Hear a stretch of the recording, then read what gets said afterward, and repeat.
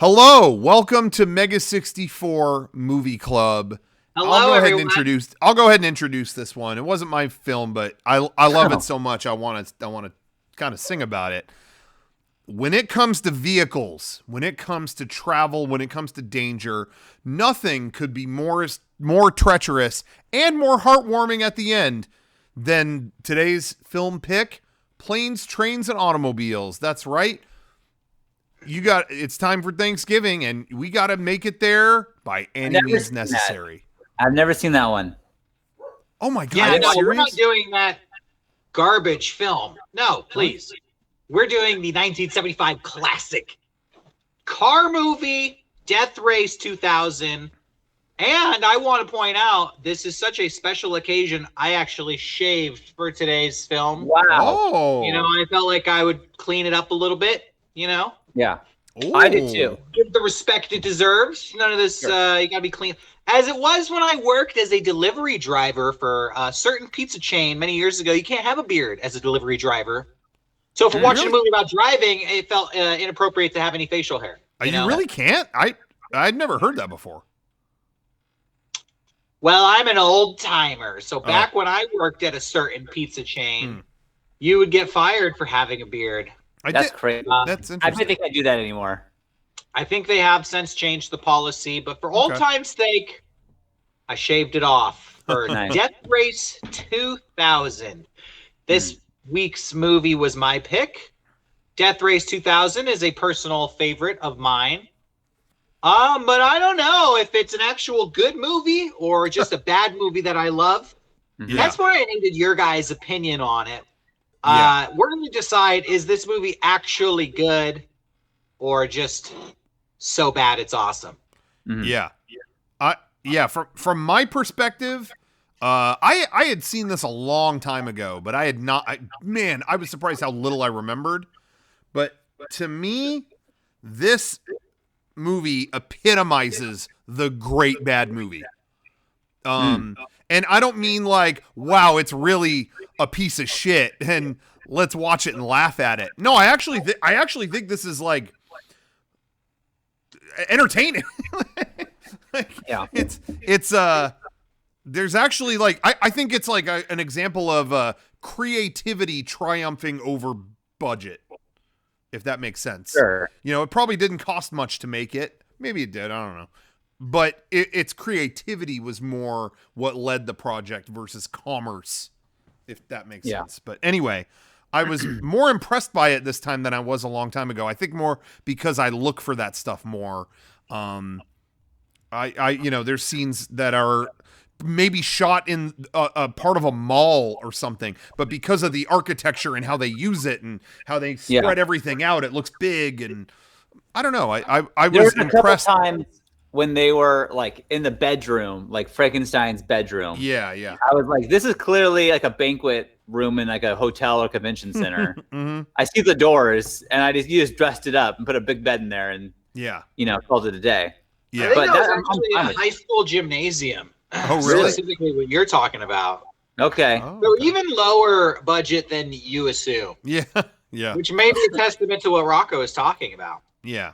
All right. Well, we'll get into it because, I have a long summary here. We'll cover the whole movie. We'll give our thoughts on it as we go. Sure.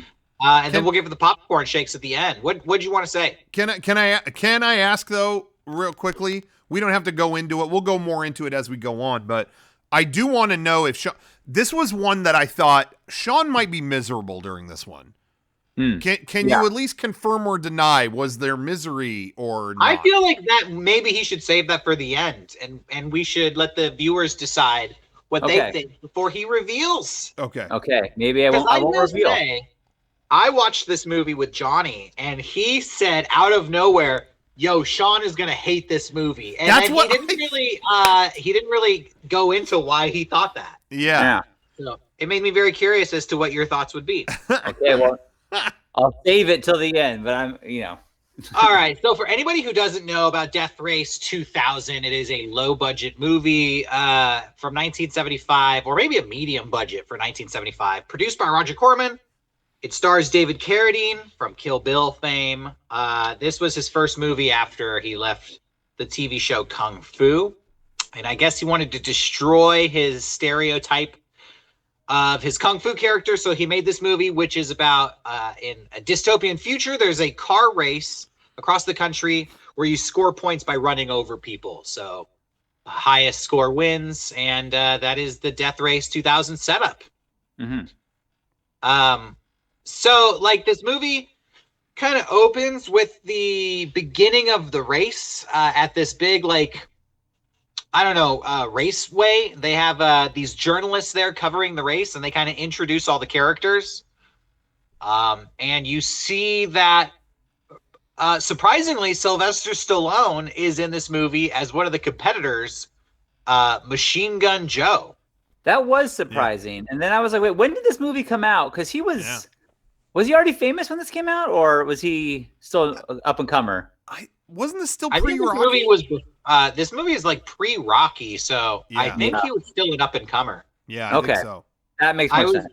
I read that this movie was re-released later in the 80s with a different title, and Sylvester Stallone had been moved to like the starring role, basically, where they were like co-billed as stars. Right. So every racer has like, it's the racer, and then they have a navigator. And the greatest racer of all is this character named Frankenstein, who has survived like the great pileup of 1995 and is the sole winner of the 1997 death race. And he's basically like, I don't know, who's like the greatest football player of all time? He's basically like the Tom Brady. He's like the Tom Brady meets The Rock of the death race. He's the Tom Hanks of the acting world to the death race world. And he's all fucked up. He wears this mask. It's funny because it's like one of those 70s movies where they say a lot of stuff that's not really represented. Right. You know, like Frankenstein has all his body parts replaced, but clearly David Carradine, who plays Frankenstein, has had no surgery and is wearing no prosthetics whatsoever. Yeah, they really blew the budget. There was no effort to even give him like a hint of a scar. Like, we're not, it's been... Yeah, the most he has is he wears like a mask that like has his eyes and reveals his mouth, and then he shows his teeth every time he talks. Yeah. I'm Frankenstein. Then he takes the mask off, and he's like totally normal, handsome David Carradine. Like, what? What'd you expect, me to be ugly? But you know, I feel like this is kind of what I love about Death Race. It's a very campy movie. I feel like it goes for like gore and comedy over serious acting. Yeah. Mm-hmm. The idea that they're trying to tell this sci-fi movie about a post-apocalyptic future is like insanely ambitious, especially for the approach they take towards it. Frankenstein's co-pilot, his navigator, is a girl named Annie, who is the granddaughter of a revolutionary named Thomasina Paine.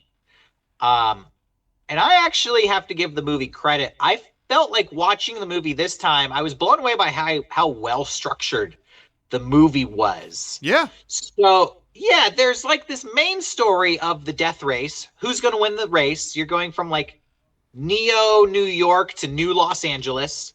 Mm-hmm. And then you have this B plot, which is all of these drivers and like the character development of Machine Gun Joe. He's the second best driver behind Frankenstein. That's David Carradine. Then you have Calamity Jane and Matilda the Huntress. And there may be another one that I'm forgetting. I'm not sure. But you kind of like develop those characters. And then the C plot is these like revolutionaries led by this old lady. And she's trying to overthrow the president of the new America. Mm-hmm. They make references to like some catastrophe that happened a long time ago. The world crash of 1979. Oh, yeah, that's right. Yeah. And they imply that they've been living in like 21 years of fucked up economic, I don't know, hardships. And that's why the government has set up the death race and like is totally totalitarian. None of this really comes through until like your third or fourth viewing. And then like they blaming the French for everything, which was weird. What's up? They kept blaming the French for everything. Yeah, that definitely comes later. The main story is basically like who's Frankenstein going to run over and who's going to win the race, right? Right. Yeah. But I felt like they bounce between these three story plots pretty regularly to the point where it's a pretty entertaining movie. Like whenever it gets bored, like who's winning the race? I don't know. Yeah. What's going on with these drivers? Oh, I don't know. What's going on with the terrorists? Okay, back to killing people in the race. Yeah, that I said this earlier, but I was much more impressed with this the first time. You know, I think I watched this when I was in high school originally. You know, and I didn't quite have that the vision to see that kind of stuff and recognize when a movie is really going above and beyond. And you know, I watched it then just kind of like, oh, what a crazy movie, off. But yeah, it really is impressive how they could have, no pun intended, coasted through a lot of this, or you know, just made it okay, whatever. Pretty, yeah, they're racing and it's dangerous. Okay, whoop-de-doo. But this movie really does a good job. Anytime you're tired of one thing in this movie, you are bounced to another, and the pacing is really ahead of its time, kind of in that way. The frenetic energy of it, you know, I was really impressed by that. Yeah, It's I mean, funny. Go ahead, Sean. No, I will say that, like, you know, the movie's pretty short. It's like an hour and 18 minutes, or something. Barely an hour and 20. Yeah, barely. Yeah, and you shove a lot in there in that time. Like they give you a lot, and I do like kind of like this gives you just start it, and then it gives you the backstory as it's happening. You know, you're right. That was well done. It's funny that you kind of slipped and called it a game, because when we were watching this movie, Johnny was there with me, and he said that this reminded him of a Suda51 game. Yeah. Hey, honestly, if Suda51 wants to adapt this, oh my God, that'd be my number one. Seriously, do it. I'd play that in a heartbeat. Definitely. The rules of the game, the rules of the race are, it's a 3-day race. They stop at the end of every day at some hotel or something to hang out and have sex with each other or something. Cool. But then during the race, they get points on who they kill. I can't remember the breakdown, but it's like 100 points for old people. Yeah. 10 points for babies, something like that. Toddlers and below, and then women are 80, and I think men are 10 or something. You know, I never heard that joke growing up when you hit somebody with your car, like, oh, that's 10 points. But apparently a lot of people did make that joke. Oh my God. Not knowing that it was from this movie. But I never knew anybody who made that joke. You know what I mean? No. Yeah. Well, I didn't know anyone who hit anybody. So. I think my parents really liked this movie, and they made those jokes all the time. Really? Oh, When we would drive to Vegas, they would say that, like, oh, these guys are illegally crossing. Yeah, all right, that looked 50 points. You know, like they made those jokes all the time.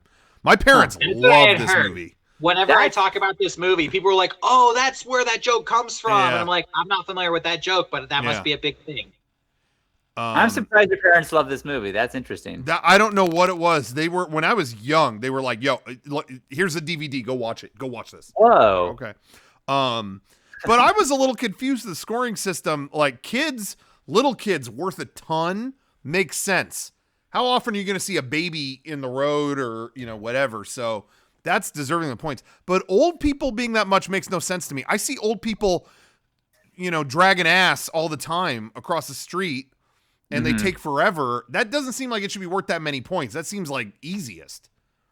I feel like I could, if Death Race was happening right now, I could rack up a ton of them. Yeah.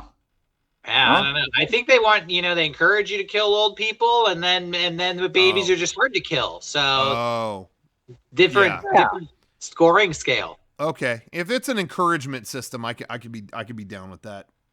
Yeah. So I want to know, Sean, what you're thinking so far. Day one of the race. First of all, did you know anything about this movie going into it? Did you go in blind? Absolutely nothing. I knew nothing. So, all right. So this movie opens up and a trumpet's playing, and then what do you start thinking? So, I know. Okay, all I know is the title. I purposely didn't even read the description of the movie when it gave it to me. I was like, I'm not going to read that. I'm just going to hit play, and here we go. When they gave me the point breakdown, I went, oh no. Oh man, this sucks. All right, here we go. So like, but the second that the announcer guy is talking, it's like, oh, you hate this guy. I've seen this guy. Like, I don't know. Everyone was very relatable in a weird way because it's such a dystopian thing. You know, you see like the people liking, I forget her name, but who had the swastikas everywhere. Matilda the Huntress. Yeah, she wasn't. Yeah, okay, yeah, Matilda the Huntress. Yeah, so it's like, you know, what the fuck is this? Yeah, I really was like, the second they had the graphics with the points, I had a big thing of dread. That was how I was in that moment. It's funny. I totally forgot there were like swastikas in this movie and like Nazi symbology. But I mean, maybe it's not so obvious, but this movie is a dark comedy. Yeah. You know, it's like a dark comedy action. So after a certain point, I feel like the horror just turns into, I mean, you just gotta laugh at a certain point. You know? For me, that was, I mean, you see the swastikas in like the first 30 seconds, you're going like, oh, what? By the time they get to the scoring, for me, that was where it's solidified as like, all right, this movie's just taking some dark shit into comedy levels, and I'm, you know, so I was in. Anything to say on that? I mean, hey, I feel like it's hard not to like tell you how I felt overall when I'm talking about this. I'm trying my best. Go for it. Go ahead. Let us know. Okay, well, I'm gonna spoil it, so sorry, but I don't know what happened. I don't know how it happened. I liked it, and I shouldn't. Like, I watched it, and like the whole time, I'm like disgusted. It's so fucked up that I'm like, I can't tell you what it is. Like, they're interviewing the first victims, though. Yeah. Who was like mascara everywhere, and she's crying, and it's like, this is so fucked up and dark, but like I'm still like enthralled by this story, and it's like, what's gonna happen next? Like, I can't tell you what happened. I don't know. Like, I think it's just because they double down on it so much that it's like, all right, you guys, you know. Yeah. When they hurt that guy, I was so surprised. Like, why they hit that guy? And then it goes into the points, and then you see like, and I don't know, like the whole time I'm watching this, like, this is so fucking crazy, and I'm into that kind of. Yeah, I think it also ties into what we were saying earlier with the pacing. This movie doesn't give you that moment to go, oh. It is like, okay, they dressed up a baby like a bomb. Oh my God, they're dead. Anyway, okay, yeah, so what's going on with you? Okay, yeah. You know, it's so like, this is such a depth charge of crazy shit. There isn't that moment to reflect sadly on it. It's like they're doubling down on it. I made a note while I was writing, while I was watching this, I was taking notes, and I made a note that said this movie's kind of, the sum is more than its parts. Yeah. You know, like individually, everything here is terrible, but then you add it all up and it's kind of amazing that it's just all put together, you know? Yeah. Yeah. Yeah, and it is really fast paced, and they don't really give you time to mourn any of the heinous stuff that's happening. Yeah. Exactly. Cool. Well, that's good to know. I do remember there is another racer. His name is Nero. He's Roman themed. Oh, that's right. He's the first one to die because he hits a bomb, and they basically talk about ending the race at that point because they're like, oh my God, some people are attacking our drivers. That's not cool. And it ends up being Thomasina Paine, the terrorist group. They want to end the death race. Right? I'm just going to keep moving forward in the plot here. Oh, yeah. But chime in if you have any comments. So, where are we? Nero has died. Thomasina Paine kind of hijacks television, Max Headroom style, tells everybody they want to end the death race. Then day 2 starts. I think one of my favorite moments in this movie is Stallone is second best to Frankenstein, and everybody in America is a fan of Frankenstein, and he's constantly meeting people who are fans of Frankenstein, and he kills them because he hates Frankenstein so much. And they often mistake him for Frankenstein, you know? Right.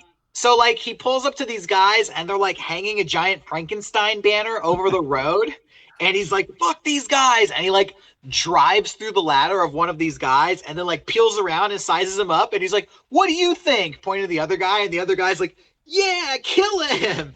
And then Sylvester Stallone like drives, and then it like you see the tires like smash the guy's head, and it's insanely bloody. Right. And I was like, this is where the movie like clicks for me. This is hilarious and gory, and they're just going for it. And maybe that's what it is. What made me kind of like it was that shot was so reminiscent of our Kudaragi's Way shot when I was the head. Yeah. I didn't even think about that. It was kind of like, oh, we did that, you know? I don't know. Yeah, so definitely there's a lot that happens. Like Sylvester Stallone beats up his navigator a lot for no reason. Frankenstein meets some groupies who want to sacrifice themselves to him to prove how much they love him. I think actually I kind of feel like Sylvester Stallone steals the show in this movie. Like he's the best person. He's the best character in this movie. Yeah. Machine Gun Joe Palermo or something like that.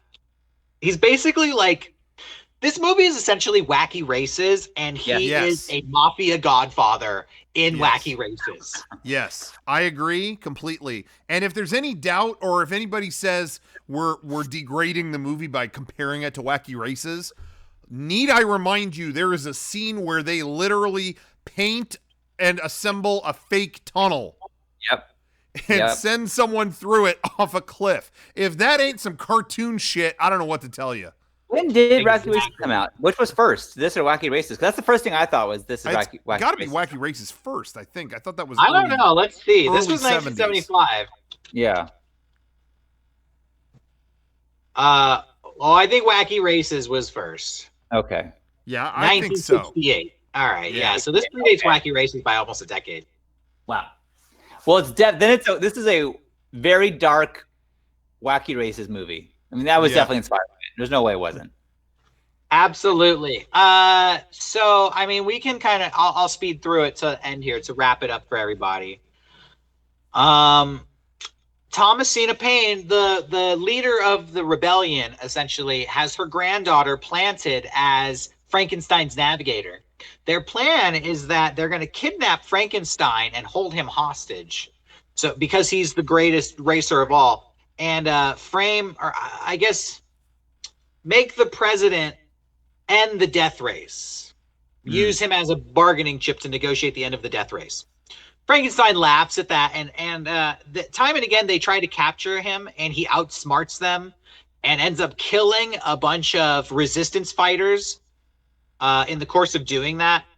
There's an awesome scene where the resistance fighters try to bomb him with a fighter plane, which was, I actually have to give them credit. That scene was kind of amazing. They're flying an actual plane. The plane looked cool. It looked like a really weird plane. They're flying it super low through the desert, chasing his like alligator monster Volkswagen car, and like setting off all these explosions all in one shot. I was legitimately impressed for this low budget movie, you know? I agree too. He's able to outmaneuver the plane, causes it to crash into a mountain. Basically tells Annie, his navigator, like, I know what you're doing. I know you want to kidnap me, but I have my own plan. I'm going to win the race, and I'm going to shake the president's hand. This whole movie, he's had a glove that he's refused to take off. Yeah. And she's like, why won't you take your glove off? He's like, don't worry about it. It's my secret. But he tells her he has a hand grenade. It's a fake little hand grenade with a grenade like embedded into it. It's like the worst pun. Even for this movie, that pun was like below them, you know? It was almost embarrassing. Like, how did this get approved? Yeah. Whoever proved that was just awful. So he wants to shake the president's hand so he can blow him up. But in the final stretch of the race, when everybody else is dead and it's only Machine Gun Joe and David Carradine as Frankenstein left, his navigator Annie's like, give me the hand. And she throws it into Sylvester Stallone's car and blows him up. So Frankenstein wins the race because he's the only racer left alive. But what's he going to do with no hand grenade? He does the old switcheroo, right? He dresses Annie up as himself. I don't know why, probably just to fool the audience, but she shakes the president's hand. He's like, you're not Frankenstein. And then naked Frankenstein in his car crashes into the president's podium and kills him. Yeah. Well, go ahead. No, it's like the resistance lady, the old lady, shoots Frankenstein when she's about to kill him, and then realizes that she shot her own granddaughter. Yeah, that's right. That was the old switcheroo. Yeah, because even she wasn't in on the plan that Annie and Frankenstein had hatched themselves. Right. But here's the best part. Frankenstein kills the president by crashing into him when he's naked, and as he's naked, stands out of his car and just holds his fist up, and everybody starts chanting Frankenstein, and he's basically just deemed the new president. Yep. And then in the next scene, he comes out, he's married to Annie now, and they're like, oh, President Frankenstein, what are you going to do? And he's like, oh, here are my new policies. I'm going to pension off the secret police. I'm going to restore free elections, and I'm going to end minority privilege. And then it just moves on. And I was sitting there thinking, like, what was that third one? What did that even mean? I took a note. I had to pause it and watch it like a couple of times because I was like, that's got to be a joke. That's too funny. Or just maybe that meant something different back then in 1975. I have no idea what that meant, but I was like, yeah, what the fuck was that? Yeah. So he pretty much makes the Antifa woman the leader of the minister of the domestic security. He abolishes the death race, and he runs over the journalist who loves the death race, and that's the end of the movie. Yeah. And that's the movie. So with all this stuff with the presidential situation, Derek, when the election happened last month, is that why I kept hearing you mumble to yourself, I hope we see a naked Frankenstein? Because I thought maybe you were just losing it, but is that? Yeah, it's just this movie kind of represents my political views. You just kept mumbling that to yourself. I didn't think that was healthy, but I hope we see a naked Frankenstein so we can end minority privilege, which is his main agenda. Apparently. I didn't hear you say that part. Yeah. So even if you were losing it, at least you were at least respectful. But I don't know. This movie is a dark comedy. I find it really funny. The movie actually ends with the journalist is replaced by an older journalist who, for no reason, goes into a history of violence. Yes, and violence is what the apes did in ancient times. As credits are rolling, you remember? So yeah. And he just keeps on talking. He doesn't shut up. That's Death Race 2000. They did make like a couple unofficial sequels, and then they remade this movie with Jason Statham. Yeah, which I can't imagine what that is. I thought like this was so fucking weird that I can't, with a real budget and like a real like what did they do? Honestly, I never saw the remake. I didn't have an interest because I knew it was fundamentally not going to be this movie. Yeah. Right. It looked too dour and just serious, and which is the total antithesis of everything I love about this. The one good thing about the remake was when I was in Japan, I think in 2008, I think that's what it was. But for some reason they had a bunch of merch for it, and all it was merch that said Death Race. So I bought it just because, hey, I'll just imagine it's for the other movie. So I have a really cool Death Race shirt. That's pretty cool. That's pretty cool. So let's give it some popcorn shakers. Yeah. Okay. I'll start because it's my pick. I'm gonna give this movie. I'm gonna give it 3 out of 5. I really enjoy it. I'm gonna give it 4 out of 5. Oh, okay. It would be a 3.5. Sure. We don't do 0.5s though. I feel like, honestly, this is I wouldn't hate anybody for not liking this movie, but I really like this movie. Yeah. So, it's not for everyone, but for some people, it's gonna be amazing.